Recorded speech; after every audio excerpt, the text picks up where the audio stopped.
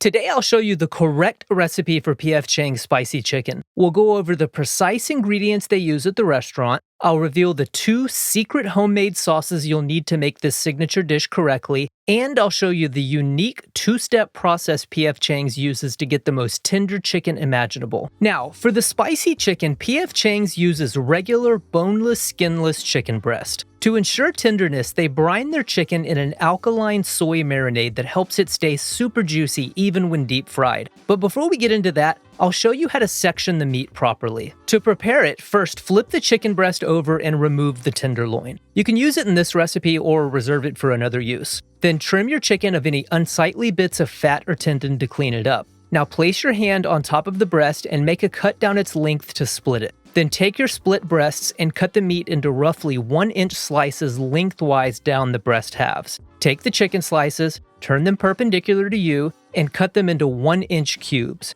And this is the basic preparation for the chicken. The next step is preparing the alkaline soy marinade. And P.F. Chang's uses a version of this on almost all their protein. This marinade both tenderizes and flavors the chicken, seasoning the meat all the way through. And it's ridiculously easy to make. All you'll do is take 1 cup of water, and to that, add half a teaspoon of baking soda and stir to dissolve. This will raise the pH of the water to make it more alkaline. The alkalinity will make it harder for protein bands in the meat to tighten during the high heat of either wok or deep fry cooking. Baking soda is an old trick a lot of Asian restaurants use to give their meat that fork-tender texture that is associated with takeout-style cuisine. If you've ever added baking soda directly to a protein and felt like it gave it an off flavor, using a brine like this is a way we can get all the tenderizing effects of baking soda without imparting such flavors. Then, to our alkaline water, let's toss in 1 tablespoon of soy sauce and give it a stir to incorporate it into the brine. And if you're looking for the exact brand P.F. Chang's uses, pick up a bottle of Lee Kum Kee low-sodium soy sauce,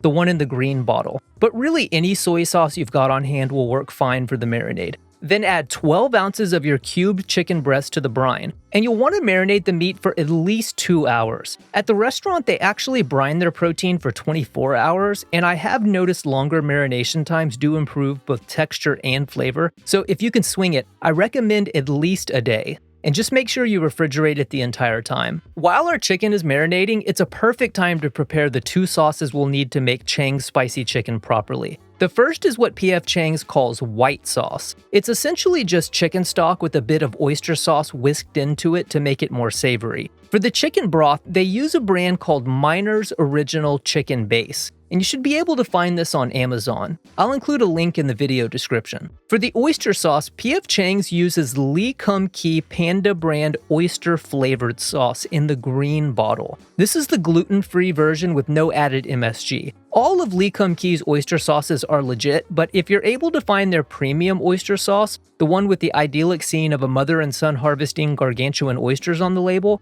this is the one I recommend. To make the white sauce, you'll just reconstitute the chicken base by adding 1 cup of water to a small pot over medium heat with 3/4 of a teaspoon of chicken base. Whisk until the base is dissolved. Now toss in 2 teaspoons of oyster sauce and whisk until it's thoroughly combined. And this is the elusive white sauce P.F. Chang's uses in a ton of their recipes. After it's cooled down, you can keep it in the fridge for about a week. The next sauce is what they call Chang sauce. It's basically just sweetened vinegar and it's super easy to make. So let's start with half a cup of white sugar in a small pot. Next, add 6 tablespoons of white vinegar and turn the heat on to medium. Whisk until the sugar is totally dissolved and the sauce is clear. And this is it. This is how easy it is to make Chang sauce. And after the sauce is cooled down, transfer it to a storage container and you can keep it covered in the fridge for up to a month. To prepare the chicken, let's start by heating some neutral oil to 350 degrees. Then remove the chicken from the brine and pat it dry with paper towels.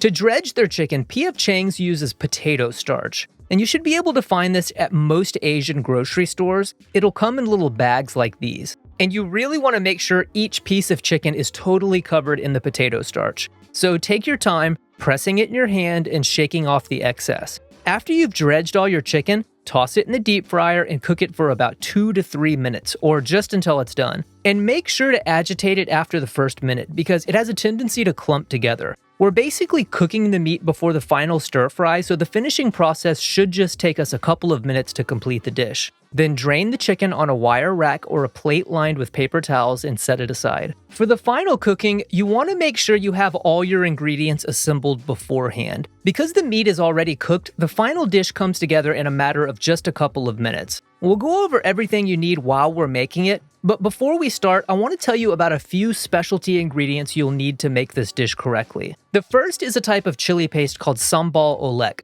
This is an Indonesian chili sauce typically made with chilies, salt, and vinegar. The exact brand P.F. Chang's uses is Hoi Fong, the same people who make sriracha. And I want you to notice, you'll often find these two sauces loitering together, sambal olek and chili garlic sauce. Either will work fine for this dish, and really the only difference is the chili garlic sauce has garlic, but P.F. Chang's uses sambal olek in their spicy chicken. The second is dehydrated minced garlic, and you should be able to find this at most grocery stores in the spice aisle. This is minced garlic that has been dried so it has no moisture in it. But why does P.F. Chang's use this special type of garlic? Firstly, it doesn't burn and stick to the hot pans as easily as fresh garlic, and secondly, it offers a slightly smoother and more concentrated garlic flavor. To prepare it, you'll just need to reconstitute it in hot water for about 20 to 30 minutes, and then drain it of all the water before using. And you can keep this in the fridge for about a week and use it anytime you need minced garlic. And the last specialty ingredient we'll need is sesame oil.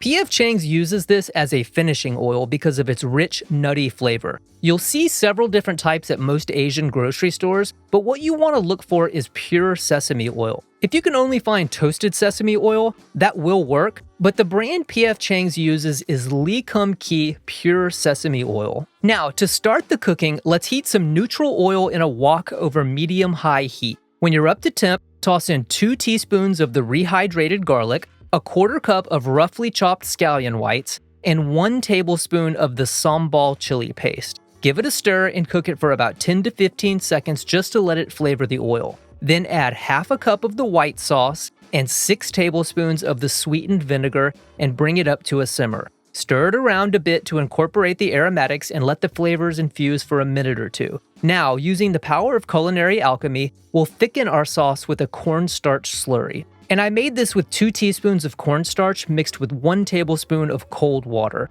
And always make sure you stir a slurry before using because it has a tendency to settle at the bottom. After you've added the slurry, stir your sauce until you notice it starts to thicken. Then toss in your fried chicken and gently fold it into the sauce, making sure every piece is coated and there are no dry pieces visible. When everything looks good, kill the heat and sprinkle in 1 teaspoon of the sesame oil around the edge of the wok and stir it until it's incorporated into the dish. And this is it. This is the actual recipe used at P.F. Chang's for their signature Chang spicy chicken. Now, very quickly before our taste test, I want to give you a couple of tips. If you want to adjust the heat in this dish, you simply need to add more or less of the chili paste. The recipe provided in this video is extremely mild, so if you can take the heat, don't be afraid to toss in a bit more. And secondly, if you want to do a gluten-free version of this dish, Miner's Chicken Base actually does make a gluten-free version you can find on Amazon. And secondly, for the soy sauce, just grab a bottle of tamari or any other non-gluten soy sauce. These are really the only 2 things you'd need to change to make this gluten-free. Alright, back to the taste test. This is indistinguishable from P.F. Chang's version. I'm glad you all recommended this dish because I didn't realize how popular it is, and I probably wouldn't have done it, to be completely honest. And it's super good, so good call, y'all. And if you'd like to learn the secrets behind P.F. Chang's Mongolian beef, make sure to check out this video. Thanks for watching. See you next time.